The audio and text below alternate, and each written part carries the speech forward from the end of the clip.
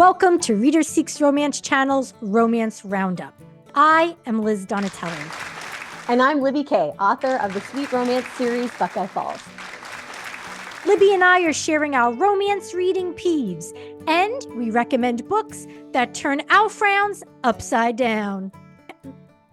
Watch Romance Roundup on Reader Seeks Romance Channel and subscribe on YouTube. Listen to Romance Roundup on Podbean and all podcast apps. Libby, are you excited to try something new today? Yes, I am, Liz. Well, then, Libby, let the roundup begin.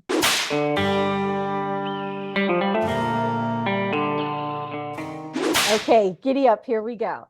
All right. So, and I have to say a disclaimer, I'm not here to yuck on anyone's yum. These are just my personal thoughts on my first little pet peeve.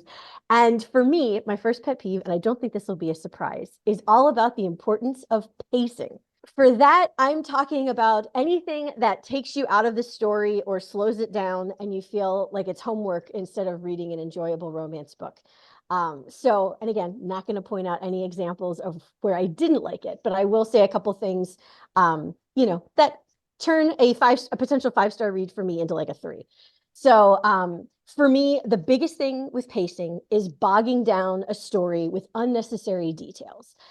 This could be anything to descriptions on, physically where they are. Like if they're in the country, great. Give me a sense of the country, but I don't need to know how many fireflies are flitting around in the field. I don't need to know, that great uncle Herschel, shot a deer there 50 years ago. Like anything that doesn't automatically help with the story, I just find incredibly it takes me out of the story.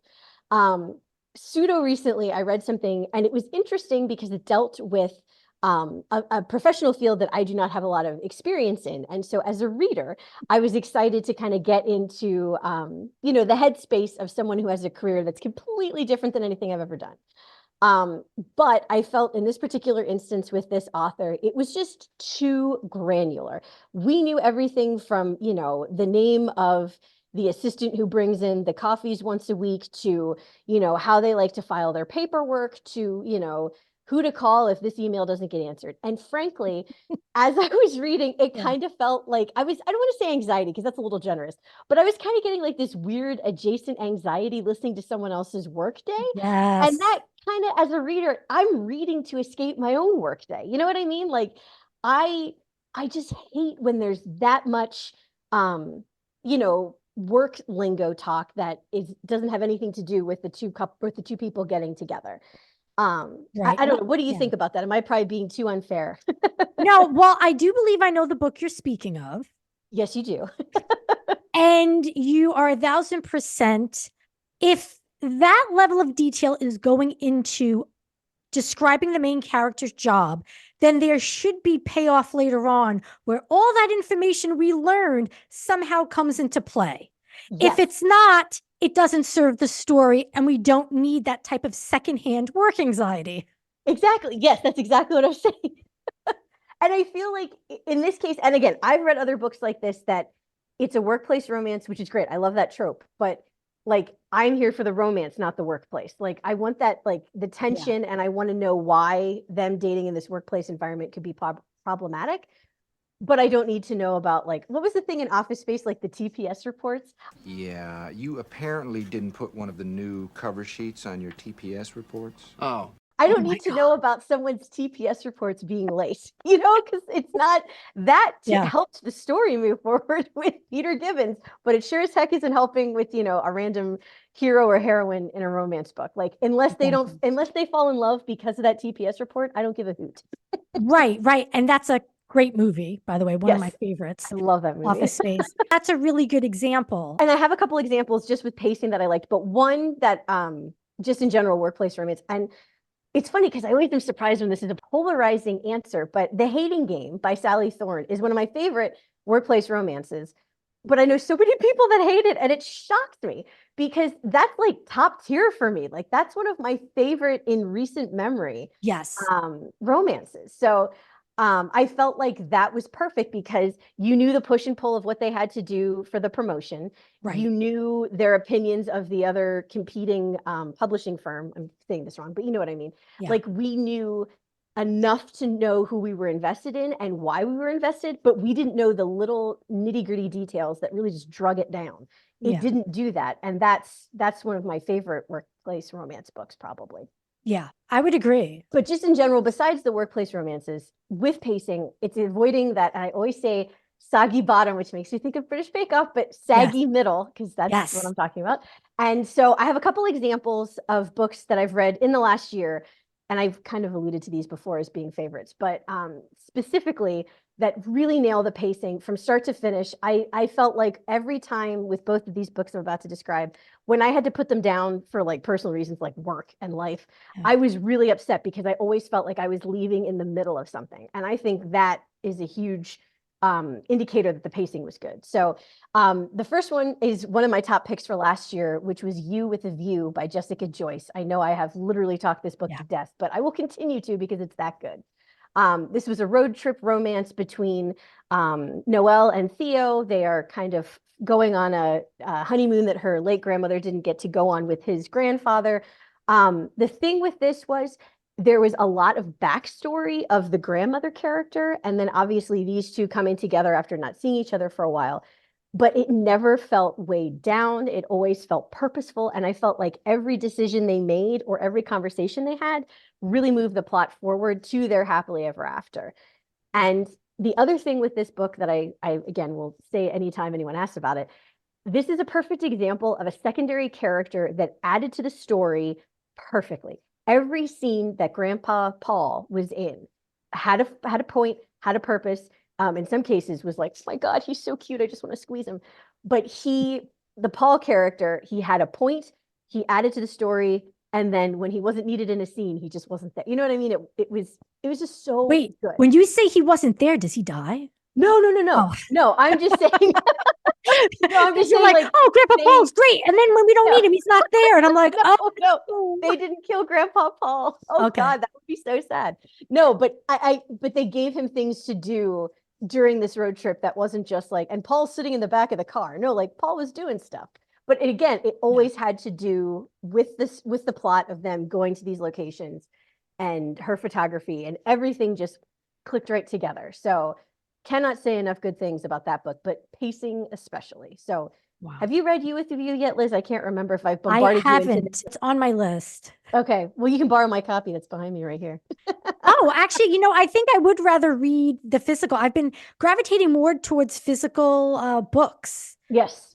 Lately. I don't know if it's the time of year, but it's cozy to read a paperback when it's cold out. Although I like to read a paperback any day. So I still revert to that middle school mentality that I put my bookmark in a physical book and I measure to see like how much further do I have to go in inches, like Yes. Oh God, I love that. Yes. I would like to say, well, first of all, I agree with your sentiment.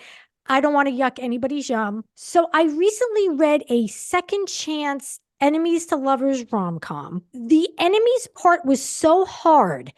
The couple hated each other. They said and thought horrible things about each other. There were lots of jokes about them wanting each other dead. And then there was a turnaround. I don't know, more than like maybe a quarter of the book left. There's this unbelievable turnaround and they get back together. Now, I understand that second chance romances frequently include hostility, antagonism, because there's usually, a contentious reason that they broke up. Yeah. They didn't just break up for no reason. Right. I mean, if they did break up for no reason, then that's a whole other peeve. We'll save that for a future episode. I'm going to put that one in my back pocket. If you're pairing second chance with enemies to lovers, then you had better write a less hateful enemies scenario, or nobody's going to buy that they've fallen back in love and have found happily ever after with each other. This book, I think you might know what I'm talking about. And it was supposed to be funny, but they just so hated each other. And the enemies was like really pushed hard. And I just did not find it enjoyable because it just changed because it had to, because it was a romance. So we knew they had to end together. And it's like, okay, well, let's just turn that switch, and now they're okay with each other. And that's not the first enemies to lovers I've read where I'm like, wow, these people really have a lot against each other, and I don't think they should be back together. So if you're like me and want to read a second chance enemies to lovers in which there is sexual tension and hostile feelings, but the couple doesn't hate each other, then Ooh. I recommend Love Flushed by Evie Mitchell. And Evie Mitchell is an author I've mentioned before on Romance Roundup. In Love Flushed, and it's a really cute title, the main character, Annie, has IBS, which is irritable bowel syndrome. Yes. And Annie owns an eco-friendly toilet paper subscription service. I thought this was going to be a plumber romance. No, but you know what? That's not a bad idea. That's not a bad idea. Like, there could have been a spin-off series of all toilet-related romance with this. So unfortunately, Annie needs to find a new paper supplier, and the only person who will do business with her fledgling company is Annie's infuriating ex-boyfriend from high school, Lincoln. So the book is super steamy, and there's definitely some bad feelings more that she feels towards him, but you don't feel like, oh, love is completely lost with these two. There's still a certain amount of respect. They think kindly things about each other, even if they don't share it with the other, especially that they're both super hot. Yeah. It always helps when they're both still hot. Right. I mean, if he had really, he was not looking fresh. He really let himself go. Right. If he was, yeah, she'd be like, yeah, forget it. That's my recommendation. If you, like me, enjoy a second chance with hostility, but not hate, not outright hate. Yes.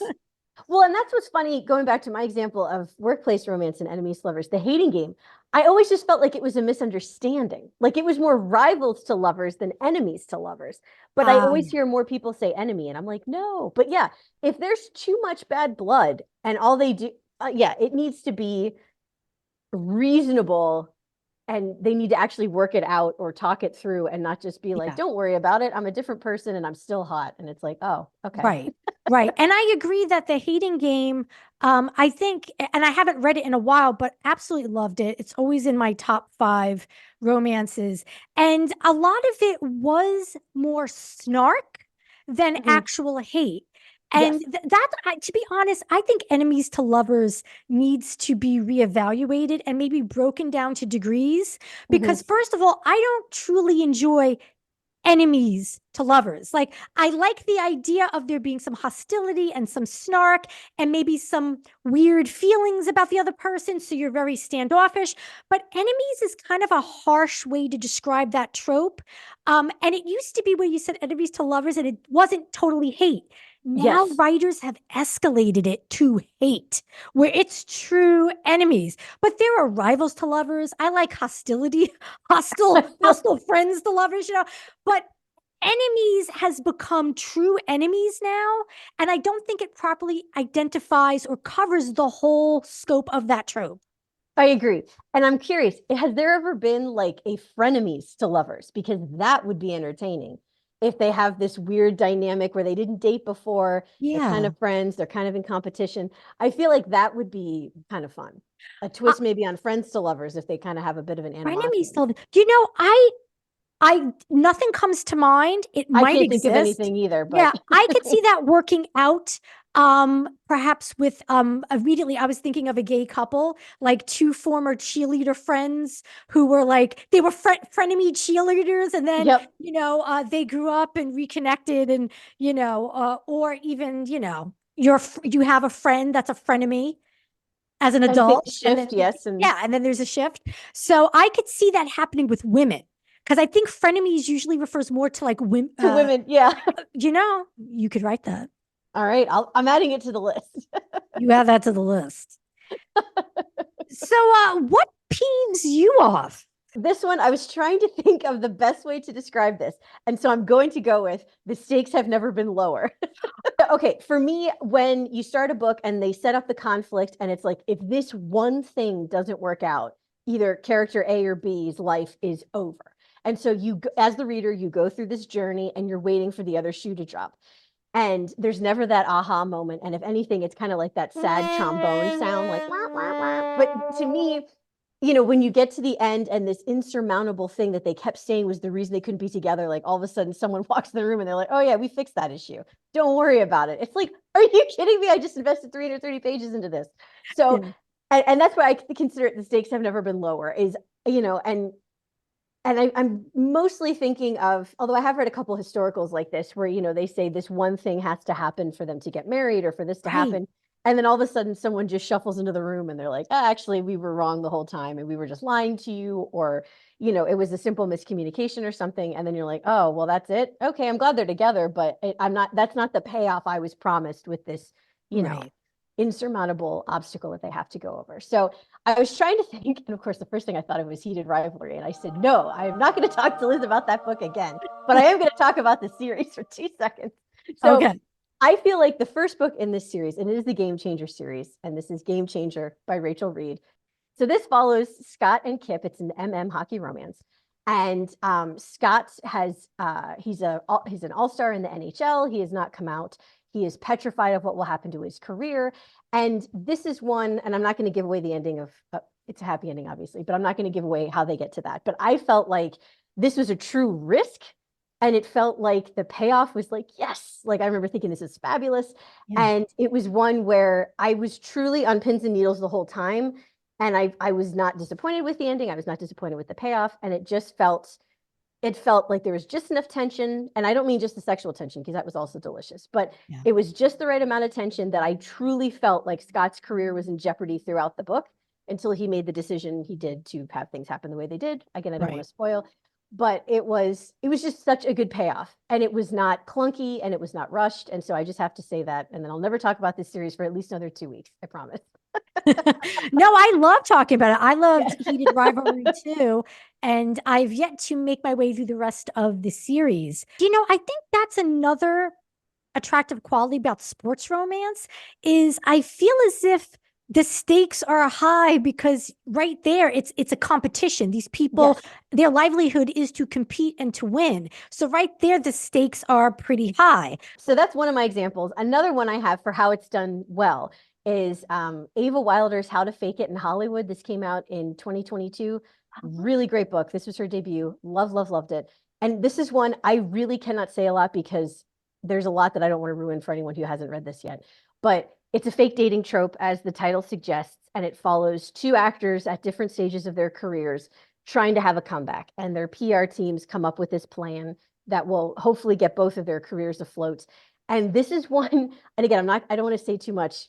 Oh my God, it's so hard not to say too much. But someone, and I won't say who, someone does something and upend things. And it truly looks like they have jacked up this whole situation.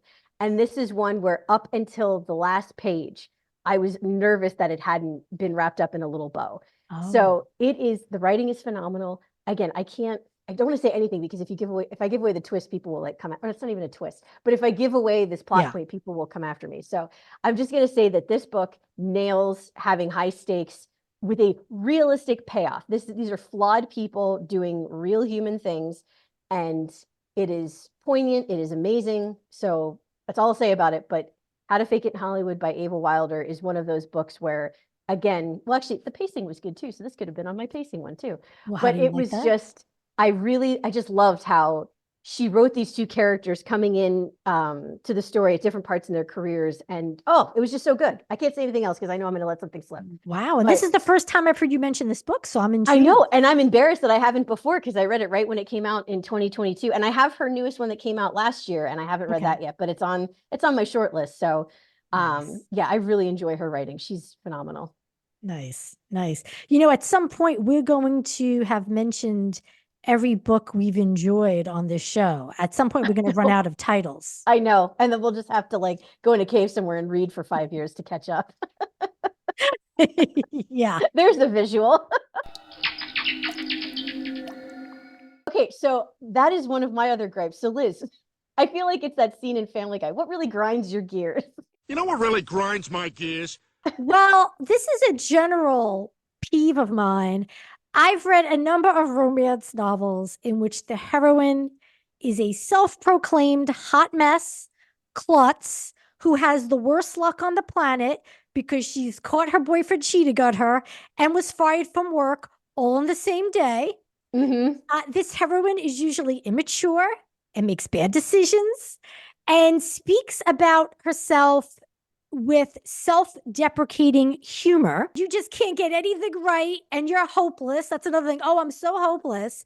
And for me, that is bordering, if not achieving, pathetic status instead of sympathetic character status. So if you're like me and enjoy reading the romance journey of mature, competent heroines with fierce resilience, then read Serving Sin by Angelina M. Lopez, book 3 in her Filthy Rich series. Oh, hello. Yes. You know what? When I was thinking about the antithesis of the hapless, klutzy, hot mess heroine, I immediately thought of this book, Serving Sin, which I was like, well, then I've got to recommend this book because I have not talked about it up to this point. Serving Sin is a steamy romantic suspense about Zenobia, a Mexican heiress and CEO of her family business, who is still haunted by having been kidnapped as a young woman.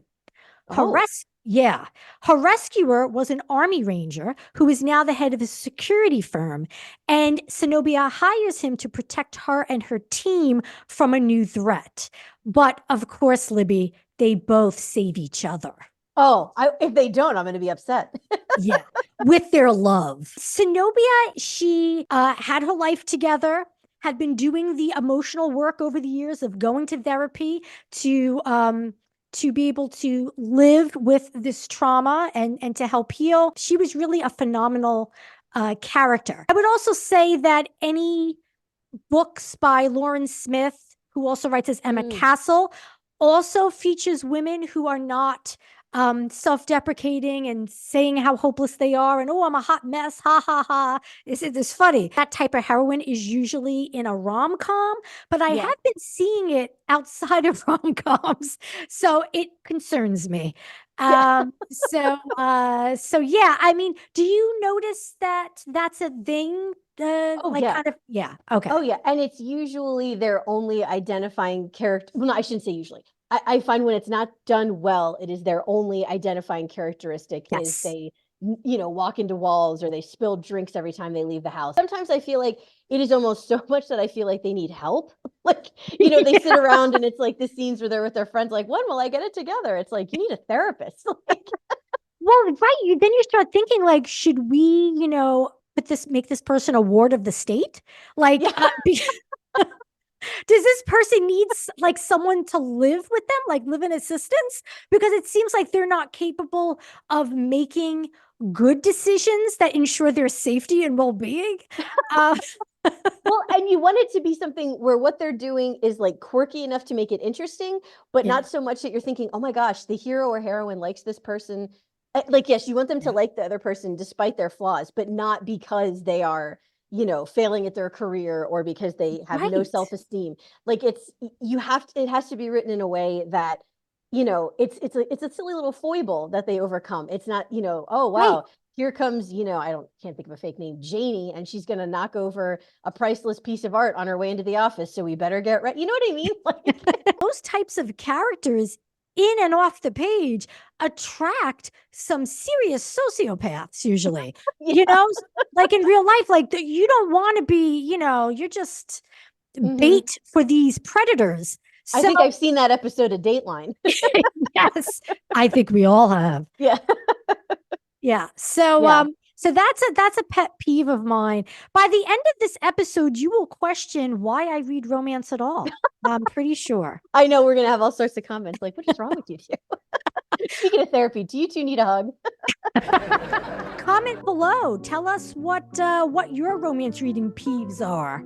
Yes. Or what some of your favorites are that when they get it right. Yeah. What are your peeve busters? Yeah. And I have a very random pet peeve that I have not thought about much. And then, as I've mentioned before, I belong to another book club. And last week they mentioned something that got me hot under the collar, Liz. And I'm like, I think Liz hates this too. So I'm going to go crazy. Go ahead. What is it? And I think it's only really started in the last year or two, but having, and again, as a writer, I can understand the appeal because you could sell more copies of your books. But as a reader, I don't like this new trend of having different bonus epilogues or content available at different retailers. There, I said it. You might have one epilogue through one person's point of view at Walmart, the other at Target, the other on Amazon. And in these cases, I actually don't mind as much if it's only at indie bookstores, because that's obviously supporting a local business, and that I'm okay with. But I just feel like there is something that seems fundamentally wrong and it seems to be mostly with series, but you get, as a reader, you get obsessed and engaged and enthralled by these characters, and then you want to know more, but then they dangle like a $20 book in front of you for 3 pages of content. So I'm either going to get arrested for reading for free in the Target. As a librarian, I don't like it because it shuts out libraries, because libraries may not necessarily be able to get the special editions from certain vendors. So good point. Or certain retailers. So I feel like, and again, this is so dumb. And I get on a business side why they do it, because I'm sure they're selling a lot of books. And as a writer, I appreciate that for them. But as a reader, it's like, I want to know what happened to certain characters after the fact. And I feel like you almost have to like get this like program going with your friends. Like, if you go to Walmart, I'll go to Target. And then if you go to Amazon, I'll go here. Right. So I have an issue with epilogues, period. Oh, I do agree that they have become marketing tools. I don't mind it in newsletters because that is free content. Like, if I'm a fan of an author and they say, if you subscribe to my news, and again, but I'm an author, so I'm looking at it that way. Yeah, but I'm not having to pay or go to a special place to get the content. Like, if you're telling me as a follower, I can get a bonus epilogue, I'll sign up for your newsletter. Right. If it's for free and accessible to all, then that's fine. But here's my thing. If it's an important part of the story, if it's important enough for you to have written it, then just put it in the book and let me read it all together. And you don't have to make it. I have so many issues with epilogues. First of all, epilogues that happen more than a year later piss me off. 7 to 10 years later, this is all that's happening because I don't want to write a second book, or because I just want to, or because I want to like cram your head with more story when it's not necessary. You had a happily ever after. We could just let it lie. Like, just, we don't need to then know that they had kids and then this happened. Just let it go. Let us use our imagination. You don't have to spoon feed everything. Now, if it's a year later, I'm like, okay, because sometimes there are little things that are mentioned in the story that maybe aren't that important to tie up. So they do it in the epilogue, and it's just like a little cherry on the sundae. When I see the words epilogue, I do kind of get annoyed. Fair enough. That's fair. I'm in a weird headspace today. No, I think I understand what you mean, because usually it is just the 1 year later. I think my only pet peeve with epilogues is when, and this has not been the case, I'm going to jinx it now. Now the next 10 books I'm going to read are going to be like this. I feel like 5 or 10 years ago, every single epilogue was a baby drop. Yes. Like, you would finish the book, everything was great. Maybe they've mentioned having children, but you read the epilogue and all it is them in, the stereotypical house with the white picket fence, and they're pregnant, or they have sick kids. If that was part of the story, like the Snowden with the Viking, like that epilogue had their babies in the future, spoiler alert. Yeah. But that was part of the story because they both wanted kids. So that I didn't like scoff at. But I felt like 5 and 10 years ago, most romances, it was the baby drop. Like, I forgot to mention, and they have a baby. Yeah. Like, well, cool if that's what they want. Right. And interesting that you mentioned epilogue in historical romance. Do you know I can handle epilogues in historical romance way more than contemporary? Like, I actually, when I see that there's an epilogue in historical romance, I always say to myself, oh, okay. I'm interested in knowing what information they impart. But when it comes to contemporary, I immediately get mad. I'm so glad you mentioned that, because it just clicked in my head that I could deal with it more with historical romance. So I don't know why it doesn't bother me. I don't know. I am an enigma wrapped in a mystery. Well, that's why you're entertaining, Liz. Trust me, I could go on forever. But those are my big pet peeves. Do you have any other pet peeves, Liz? Oh, yes, I do. Are we going to have a lightning round of? Yes. Okay. So here we go.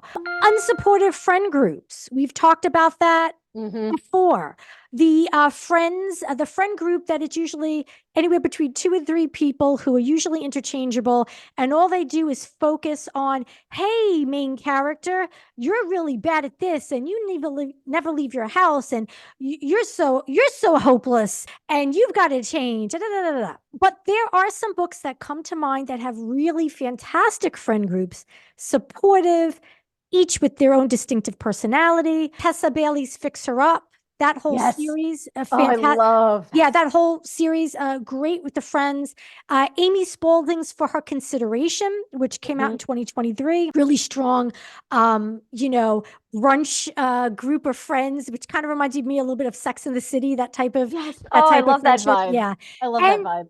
Buckeye Falls series. You've got a Oh, fantastic group of friends, and you see there's like friendship arcs in your yes. series And where, I yeah, feel like that's for me as a writer, that's important because, and because you have friends, your yeah, friend relationships shift and yeah, sometimes they get really stronger and other times people drift apart. yeah. So, I'm not saying anyone drifts apart.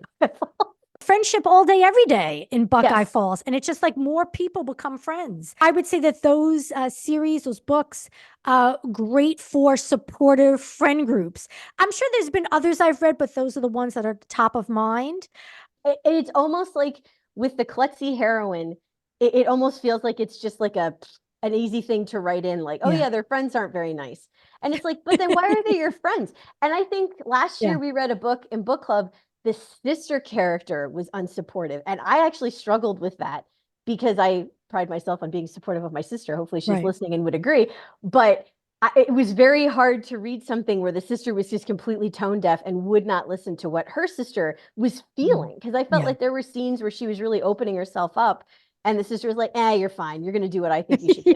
And Right. it's like, Yeah. but Right. Yeah. Unsupportive friends and dismissive siblings. yes. Yeah, for sure. Continuing the lightning round, mustache twirling villains.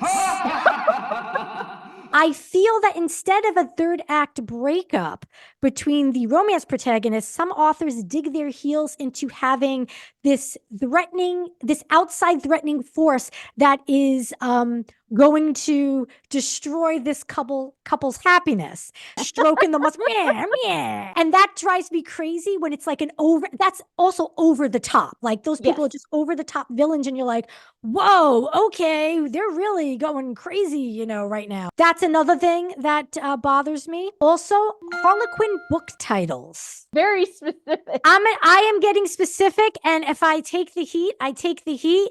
But I have to say that they are lengthy and very literal, which I have to admit sometimes exactly what I need because I know what I'm getting in for. But True. sometimes the title does not deliver. And let me tell you about a book I Oh, reviewed, The Firefighter's Thanksgiving Wish. Spoiler alert, the story has nothing to do with Thanksgiving. Most of the story takes place after Thanksgiving, leading up what? to Christmas and beyond. Interesting. Yes, now it was a decent book. I believe I gave it a B plus at the time, but man, did that stick in my craw. I'm wondering, going with that marketing conversation, if this is something where Christmas, obviously, there's a bazillion, and I'm not complaining, Christmas Yeah, books, right. but there really aren't a lot of Thanksgiving books. No. That's a holiday that, no offense to Thanksgiving, I guess there's no one's feeling the love. Yeah. Yeah. And I have to say that I've spoken to a number of Harlequin romance authors, and I have an idea of how the naming of the titles goes, and it's very marketing driven. Mm, Like you said, maybe they were looking to get, a Thanksgiving title in there, but I was annoyed because I was truly looking for a Thanksgiving related romance, yeah, and it didn't happen. It was an enjoyable read nonetheless, but it really annoyed me. And I have to mention a 2023 title that I recently had pass before my eyes on the computer. I don't even know it was an ad or something. And the title, I kid you not, oh God. first of all, let me explain. The book cover is a man holding a baby, just a man Okay. holding a baby. And the title of it is A Charming Doorstep Baby. A charming doorstep baby. Now, I am almost positive that the author probably didn't intend that to be the title I would because guess. it's not very romantic, and I'm a little I have a lot to say about that because it almost sounds disrespectful. It's like, oh, it's a doorstep That baby. baby. Well, and I mean, do people still do that? I mean, I don't think they do. But how about the foundling child? Yeah, it sounds a little Victorian, a little Regency, a little Actually, I would British. totally if you made that or like Edwardian or something. Yeah, like, a foundling, and here's the thing, a charming one, as if to say, if a baby's on a doorstep, they might not be charming, Yeah. but this one is. This one's That- charming. That jackass baby.